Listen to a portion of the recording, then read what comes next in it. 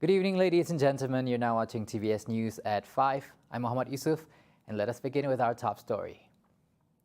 Now, Deputy Chief Minister Datuk Seri Dr. Sim Koi Hian has called upon the public to remain cautious and brace themselves for a possible surge of the Omicron variant infections in the state. He said although symptomatically mild, Omicron is more infectious than Delta and may pose a health challenge to those who are in the high-risk group. Noting the steep increase in COVID-19 infections on Saturday, reaching over 9,000 cases, the highest number of daily cases recorded since October last year. The Minister of Public Health, Housing and Local Government warned the public that the worst might be yet to come. With new information every day on the re-emerging of COVID-19, Dr. Sim reminded everyone to start living with the virus by adhering to the standard operating procedures SOP, wearing face masks, going for vaccination, and conducting self-tests regularly, as the Ministry of Health no longer does contact tracing. Now, a total of 5 million ringgit had been approved by the Gabungan Parti Sarawak GPS government to subsidize the medical costs bared by the people. Minister of Women, Childhood and Community Wellbeing Development, Datuk Seri Fatimah Abdullah said the assistance covers a wide range of illnesses except for kidney problems. She explained, however, such assistance would need the endorsement of the doctors treating the patients. Bantuan setakat ini yang pemohon dan yang telah mendapat bantuan diluluskan bantuan oleh jawatankuasa panel ni dalam 5 macam tu. Okay. So itu tahun lepas sebab ianya diluluskan pada akhir tahun ni. The applications will be evaluated by panel members consisting of top management from Fatimah's ministry, including Fatimah herself. She also added the assistance had been distributed. Masih ada, peruntukannya masih ada. How much has been disbursed? I don't have it here, but sufficient for me to say that ada dalam 5 orang cancer patients referred by Dr. Adibah to us, to the panel. Dan dari segi bantuannya adalah berbagai-bagai. It's not fixed. It depends on the case by case. Applications can be made via the Social Welfare Department JKM branch across the state and through their website. Now, the body of a former soldier who allegedly fell off his fishing boat in Betong on Thursday was found around 8:39 this morning. The victim, identified as 49-year-old Baki Nyambong, was found at about 50 meters from the location he was last seen. Fire and Rescue Department, together with Bomba K9 unit, were deployed to the scene upon receiving tip-off from the public. The body was fished out by Bomba personnel and then handed over to the Sri Aman District Police for further action. On Thursday, Baki went fishing with his brother on separate boats about 1 kilometer from their longhouse. The deceased brother recounted that he saw Baki fall into the river and did not emerge after a few minutes. Now, Sarawak today recorded 22 new COVID-19 cases, bringing the cumulative number of COVID-19 cases in Sarawak since the pandemic began to 252,903 cases. The Sarawak Disaster Management Committee, SDMC, however, stated that half of the cases registered today were asymptomatic.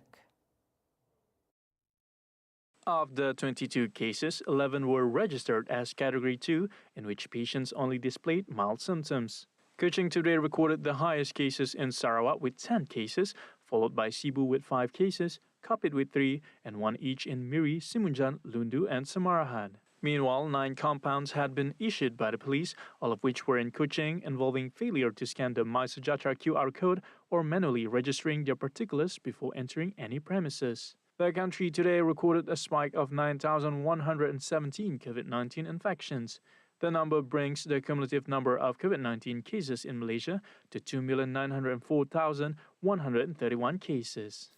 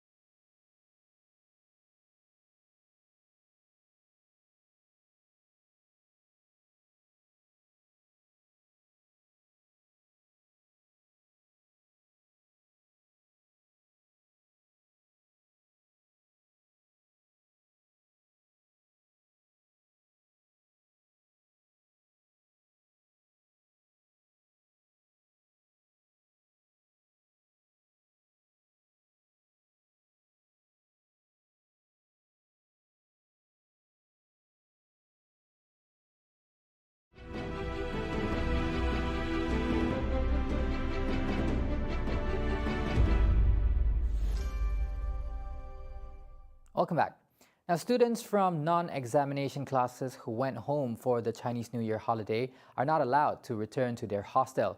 However, their lessons would continue through home-based teaching and learning (PTPR). Education Minister Dr. Muhammad Razi Jidin said that this was to protect students who would be sitting for the SPM examination this year from the COVID-19 infection.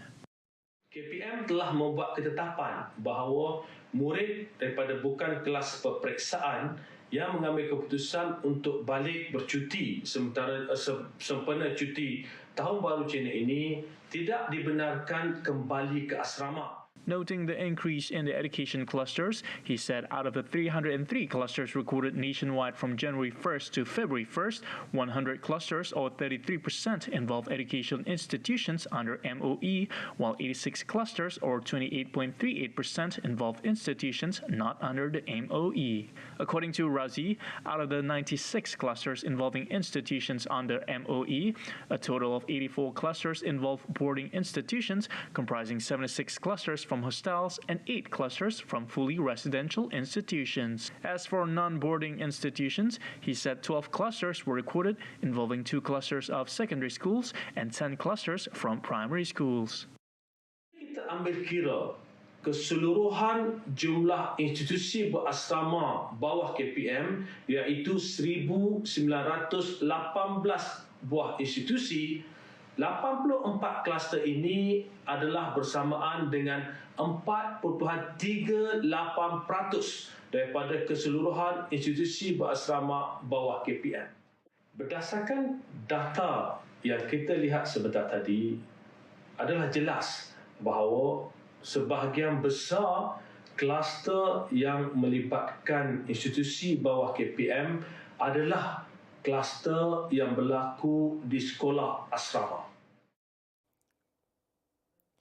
Now, the current supply shortage of some food products such as chickens and eggs is only temporary, and the situation is expected to return to normal once the industries involved resume operations after the Chinese New Year holidays. Domestic Trade and Consumer Affairs Ministry Enforcement Deputy Director Operations Shamsul Nizam Khalil said that many livestock farm workers are on long holidays in conjunction with the festival. On the current increase in raw material prices, Shamsul said it was contributed by demand and supply factors in the market, in addition to the high transportation cost of imported raw materials. To deal with the situation, he said the government is imposing price controls.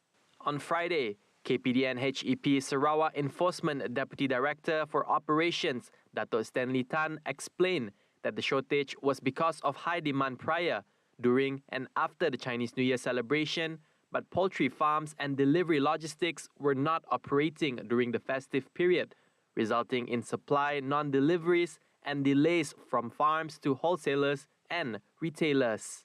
He said that 10 poultry farms in Sarawak produced 80% or 1,540,000 eggs per day in early February 2022.